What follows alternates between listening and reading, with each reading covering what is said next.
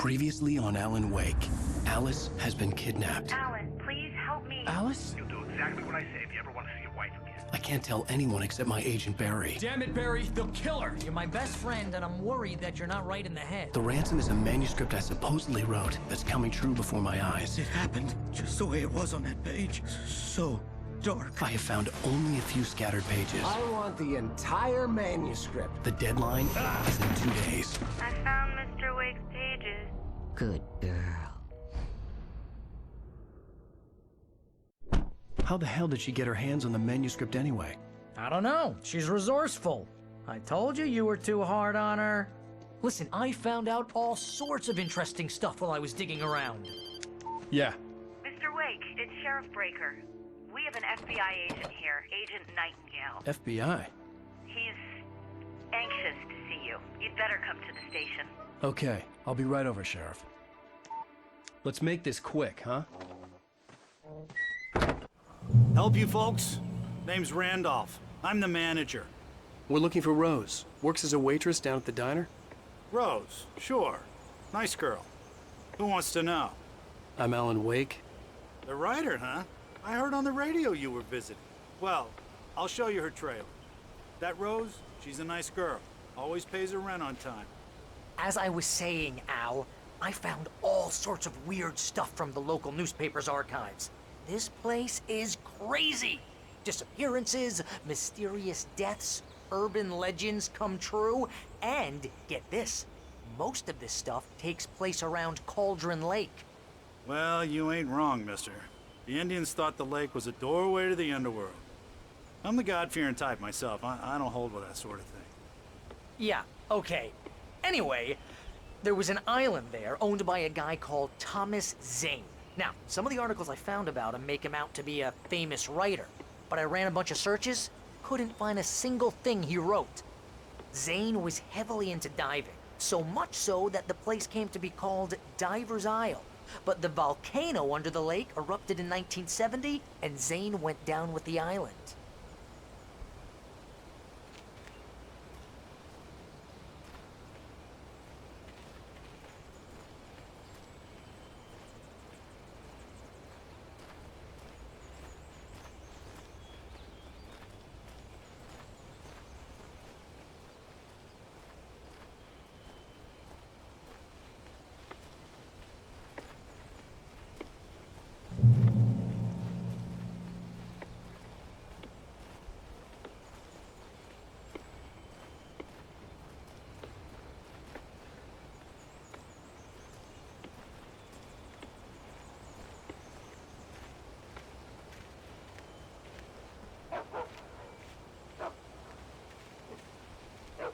Yeah, how about that?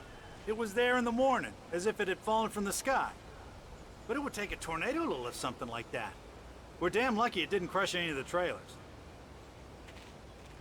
Come on, mister. I'll take you to Rose's trailer.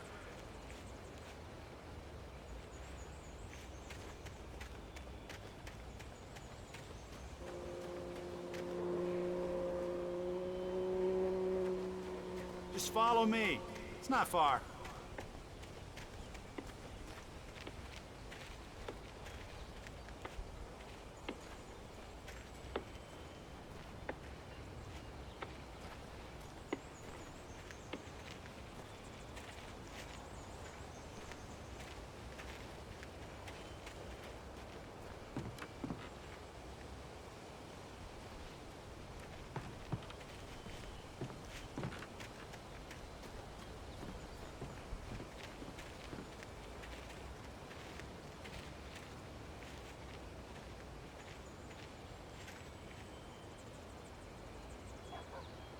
It gets better. A local girl, Barbara Jagger, drowned in Cauldron Lake just a week earlier. They were lovers. Sure, Jagger's a local spook story. The Scratching Hag comes for you in the dark. Childish stuff like that. Anyway, Al, I'm just getting to the best part. All of the articles about this stuff were written by Cynthia Weaver. I asked around, and she's that crazy bag lady you met. What, the lamp lady? She can be a little loopy, but she's not homeless or anything. Yeah, anyway, She knew both Jagger and Zane before they both died, and she had some kind of a breakdown.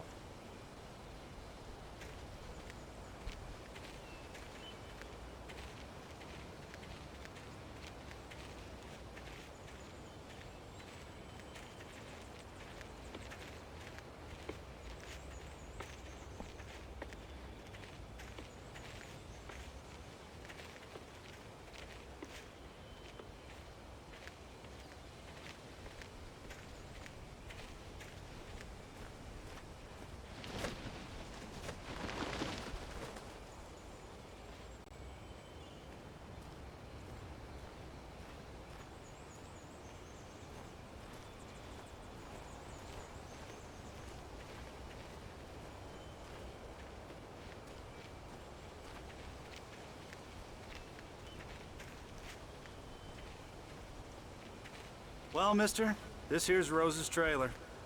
You mind me asking what you want with her? We're just here to talk to her, pal.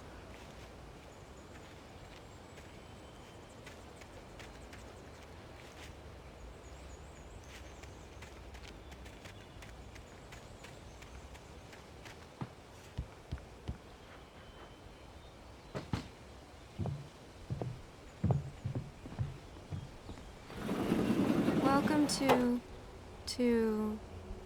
oh dear, Mr. Wake. I'm so glad you're here. Rose, you have my manuscript? Oh yes. Yes. Please, come in. Hey, this is really good. Rose, Yes, my manuscript. I really need it. I understand. I know what you need. A muse to inspire you. Oh, for Barry? She doesn't have anything. Yeah, hey, Al, what's... Oh... Barry! What? What?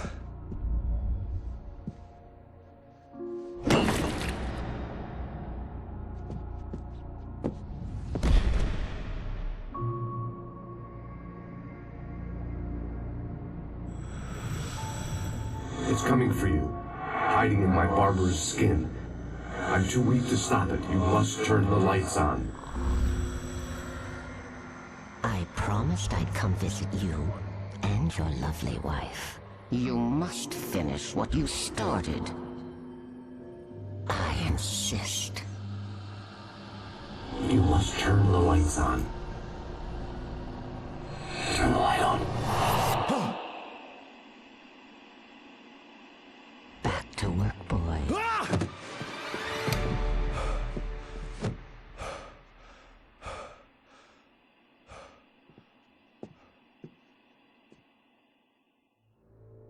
I felt nauseous, hungover. Only anger kept me going. I can't tell reality from dream anymore, but it seems I have an imaginary editor to help me. She's an old woman in a funeral dress. I call her Barbara Jagger. She's very strict. I'm writing faster and faster. My manuscript is being heavily revised. The edits are getting very aggressive, and each day there's less of me and more of her.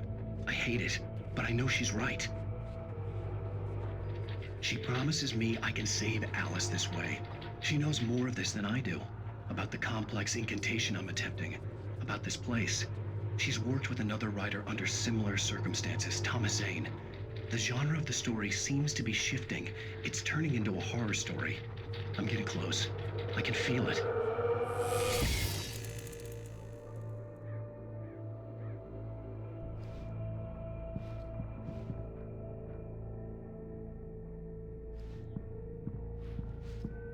Rose took a day from me. I had less than 12 hours left to meet the kidnapper. All I could do was get Barry into the car, work something out once I got on the road. Barry was out of it. He was way too heavy to carry. You're right. I deserve more money. I'm so handsome. Welcome to the Oh Dear Diner. What can I get you today? Coffee? I couldn't work up much hate for Rose. Something had used her to get to me and left its mark. First refill is free. Milk and sugar on the counter there. Would you like to hear today's specials? Thank you. A nice day. Come back soon.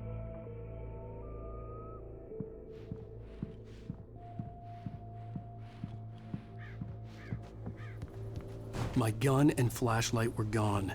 I'd have to find a way to get Barry into the car as quickly as possible. There was no time to waste.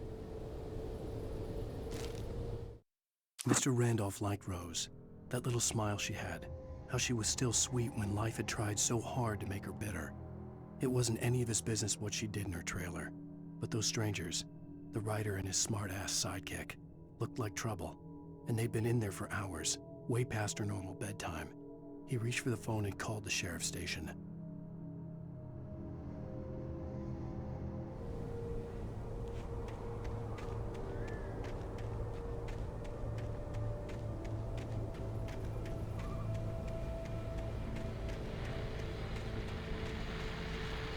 I just stepped outside to catch a breath of fresh air. Let me tell you, the weather's getting heavy.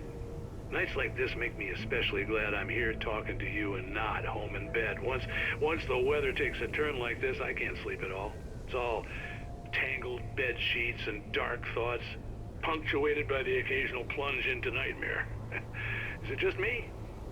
Well, perhaps it is. But I hope I can make the night a little bit easier to get through. Caller, you're on KBF FM. Hey, Pat, it's Walt Snyder. What's on your mind, Walt? Well, I ain't the way you are, but, well, I can't sleep either, you know? I just been staring out the window here, trying to make sense of it all, but, I ain't been drinking either, you know? I just... Well, you sound like a man with a problem, Walt. I had argument with Danny. You know, Danny, and, then I got in trouble with the law, you know, and, I'm just, well... I heard something like that, Walt. Yeah, well, you know, Danny's my best friend, and, they let me out on bail today. And now I'm just alone here at the window, you know, waiting. Man, and there's something in the air tonight, man. I was just outside looking up at the sky above our broadcast tower thinking the same thing. What are you waiting for, Walt? I don't know. You know, something's gonna happen. You know, I think I better go. Well, Walt, maybe... No, thanks, Pat. Well, good luck to you, Walt. Hang in there. Let's take a little break, folks. This weather's really something else, huh? How can I be sure that you will walk away?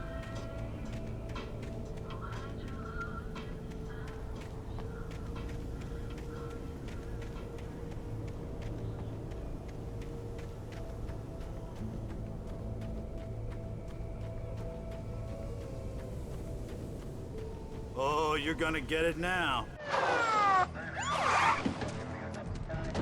God knows what you've done to that poor girl. This is Agent Nightingale, FBI! Get him up, Hemingway! You're under arrest! You move a muscle, I'll unload right in your goddamn face! Stay right where you are, Spillane!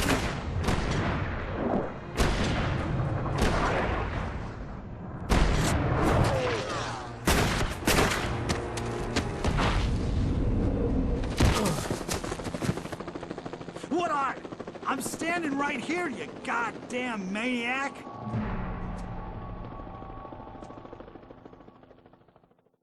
I hated to leave Barry behind, but there was no way I'd miss my appointment with the kidnapper.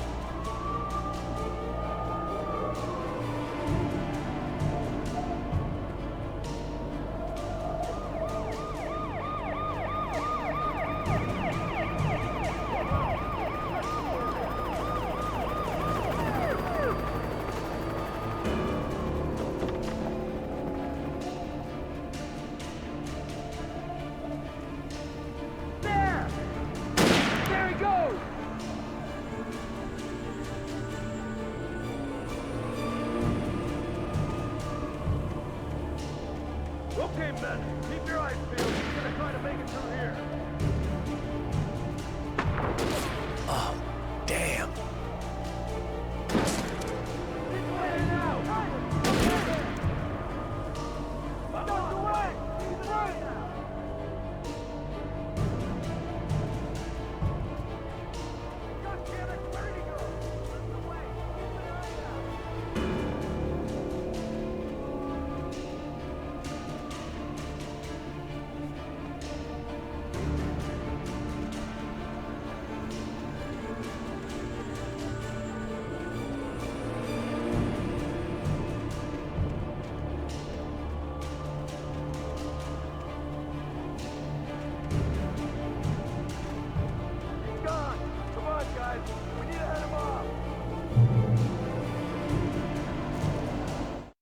For decades, the darkness that wore Barbara Jagger's skin slept fitfully in the dark place that was its home and prison. It was hungry and in pain.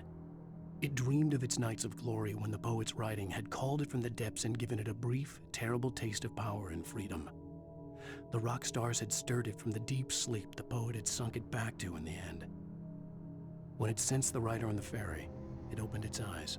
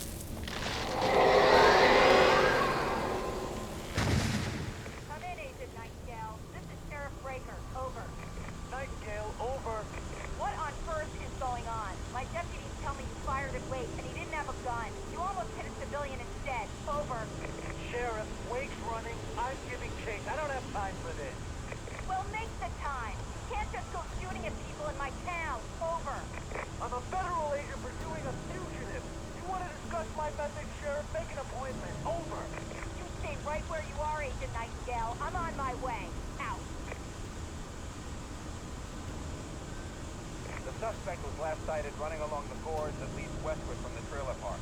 All units are advised that the suspect may be armed. Approach with caution. James out.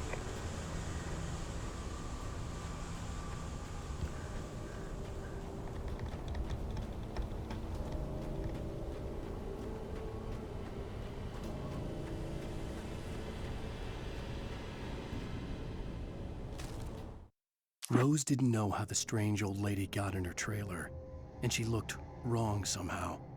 The woman showed her teeth in an approximation of a smile and traced a finger down Rose's cheek. "Pretty girl," she said. Rose felt as if she was falling asleep, but her knees didn't buckle. The crone spoke in a whisper, her words ice cold and dark in Rose's ear.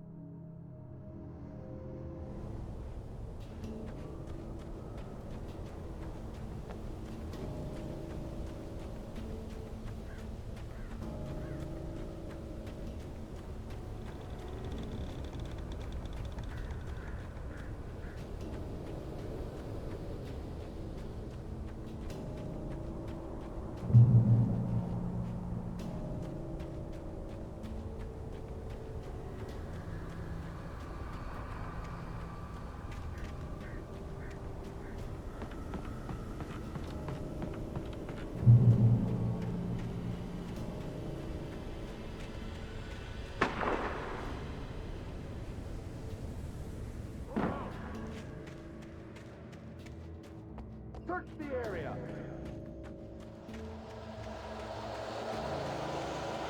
Stay sharp. This way. Over here.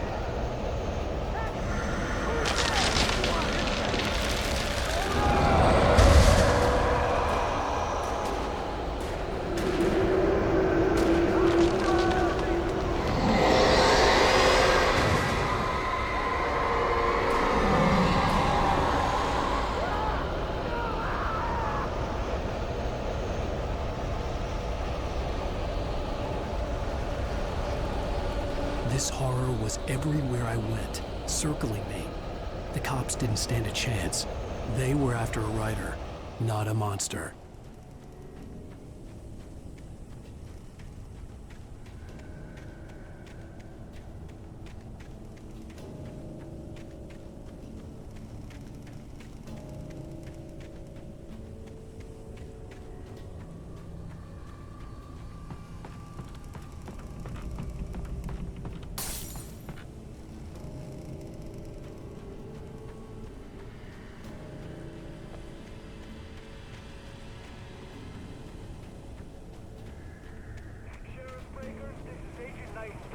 I've lost contact with most of the men you assigned to me. It's Wake's doing. Wait, are you seriously telling me that geek writer just took out my deputies? Are you kidding? I mean, have you seen this guy? He wears a tweed jacket. Over. He's the guy we're chasing. If it's not him, who then? Bigfoot? Over. I don't know yet, but I'm not in the habit of jumping to conclusions. That tends to come back and bite you in the ass. Out.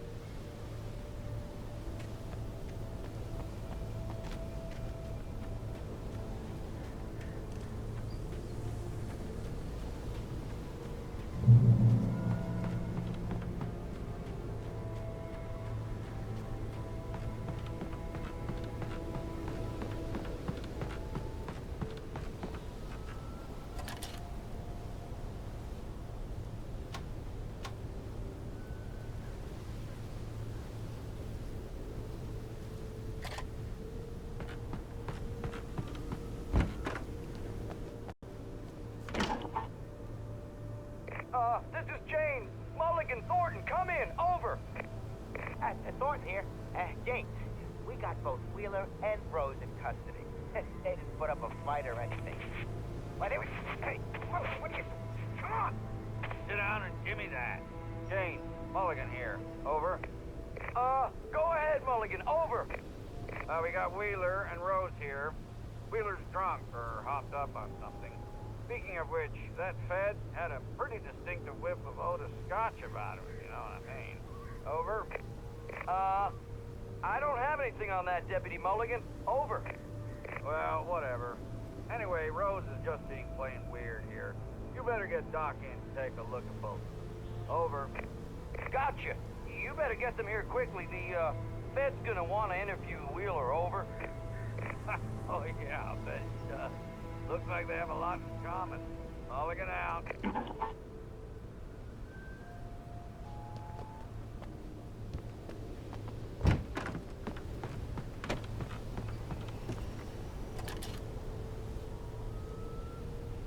I could see the lights of the radio station in the distance.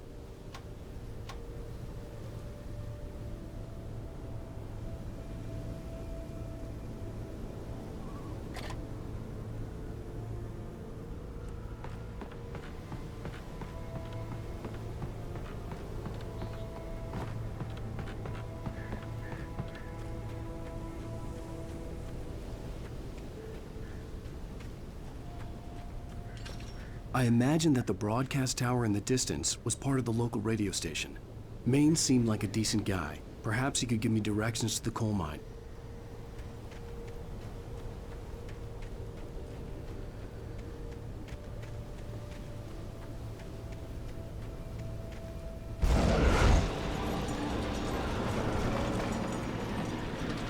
Unnatural shadows clung to the gate. The darkness that was after me was trying to stop me. I wouldn't get through without a light.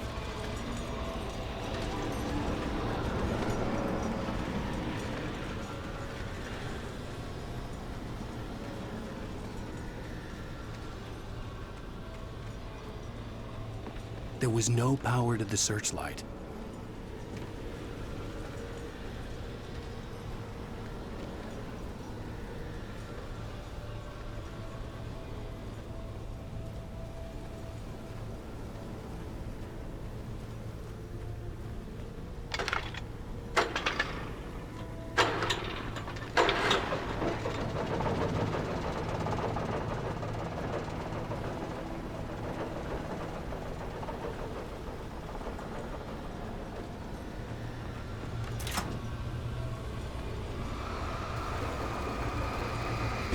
The old generator conked out.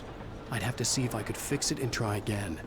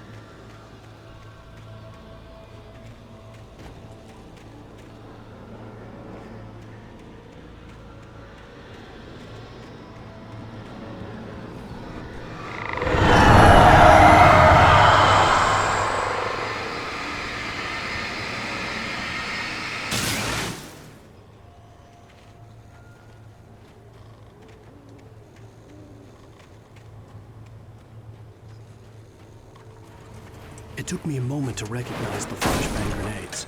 They were an ideal weapon for my situation. Team 1, come in. Over.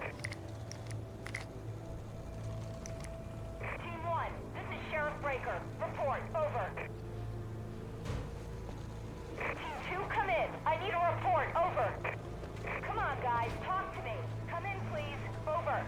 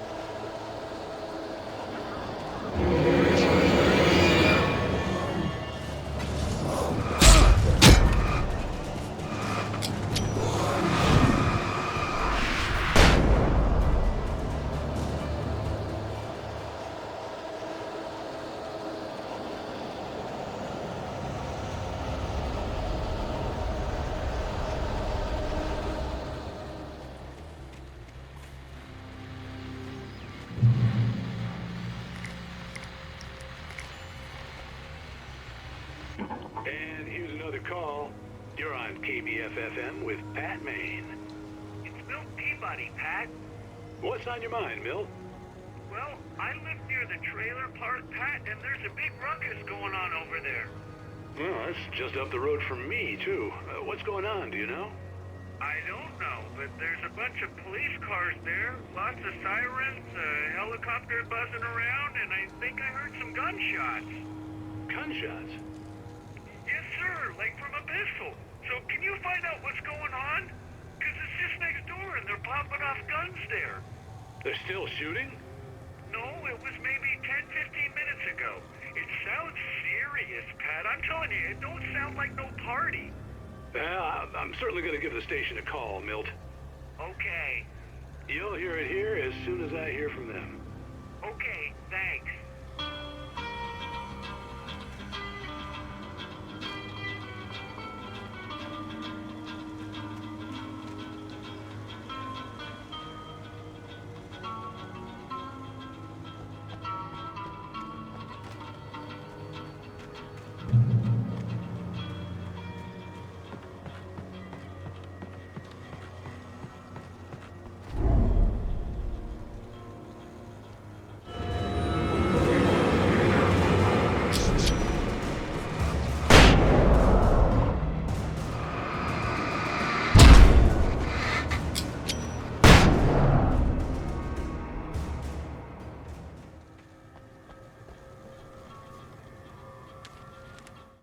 Touched by the dark presence, Rose was lost in a dreamland where everything was drawn in black and gray crayons. The old lady had promised her that all her wishes would come true. She would be Alan Wake's muse. She was smiling so hard it hurt her face. She crushed a bottle full of sleeping pills into the coffee. Deep down inside, she was screaming in terror.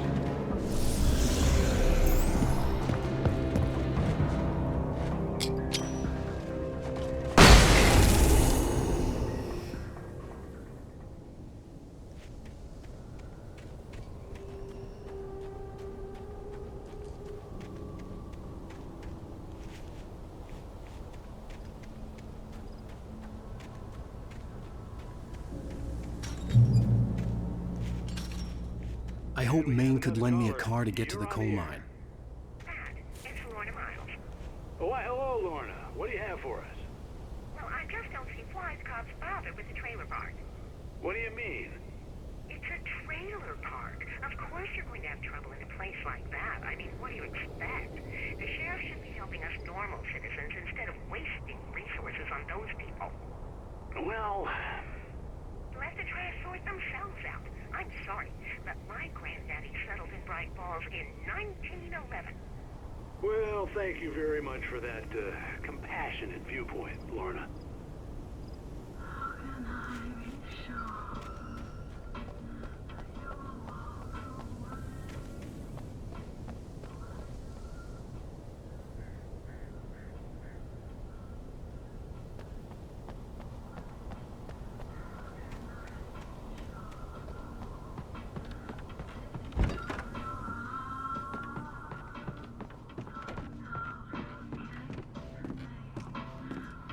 Oh, here's a little surprise. The famous writer Alan Wake just walked in. Folks, I'm going to see if I can talk him into an interview. Come on in, Mr. Wake.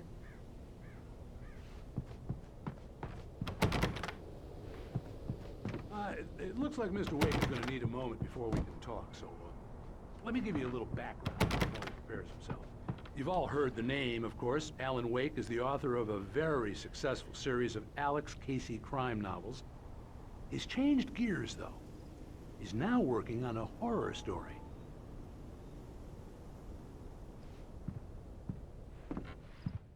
Oh, I'm so glad you could find the time to do this, Mr. Wake. Nowhere to run now, Dan Brown. You back away from me. Don't hurt. Whoa, whoa, whoa. Everyone calm down. Put the gun down. We're all friends here, right? Cool your jets, Nightingale. We got him.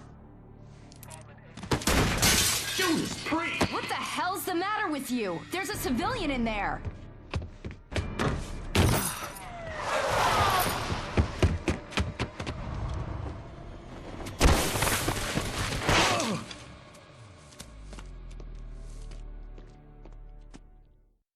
I'll get you yet, even if it kills me. You hear me?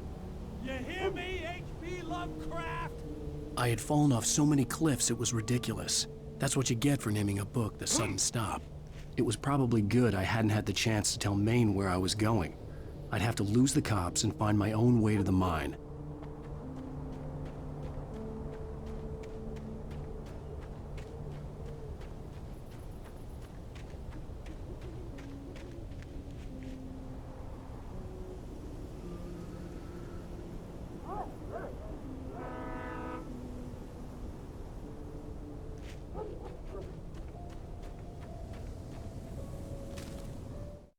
Nightingale stared through the broken studio window into the dark woods. He turned around, started to walk out, but Maine grabbed his arm. "Young man, you almost shot me. You don't shoot off rounds at people like that. What's the matter with you?" Nightingale shook his arm free, marched out. His cheeks burned with rage and humiliation.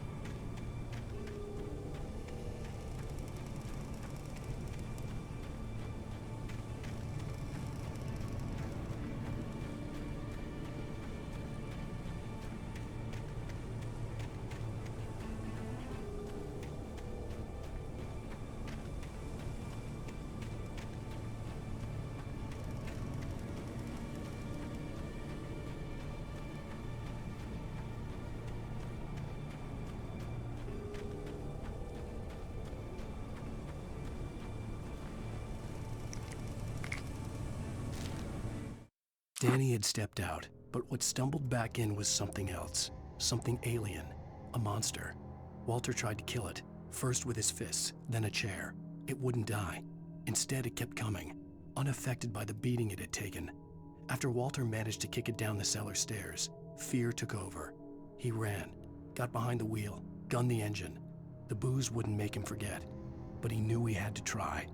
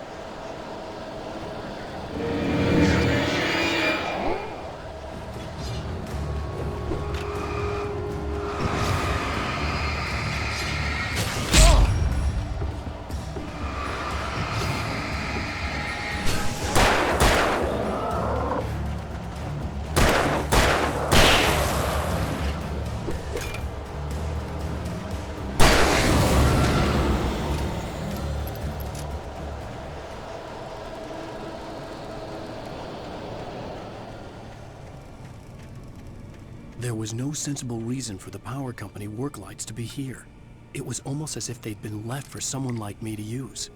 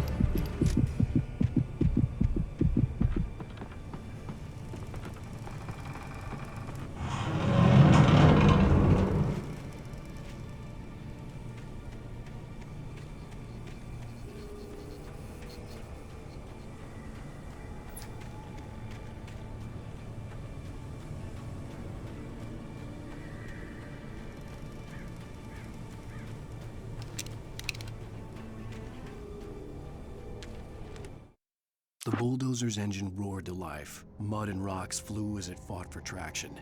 It crashed through the concrete wall and landed heavily in the yard. If it were an animal, it would have shaken its head after the impact, fixed its eyes on me, and charged. Of course, it had no head nor eyes. Shadows crawled on its form, twisting it into a monster. Then, it came for me.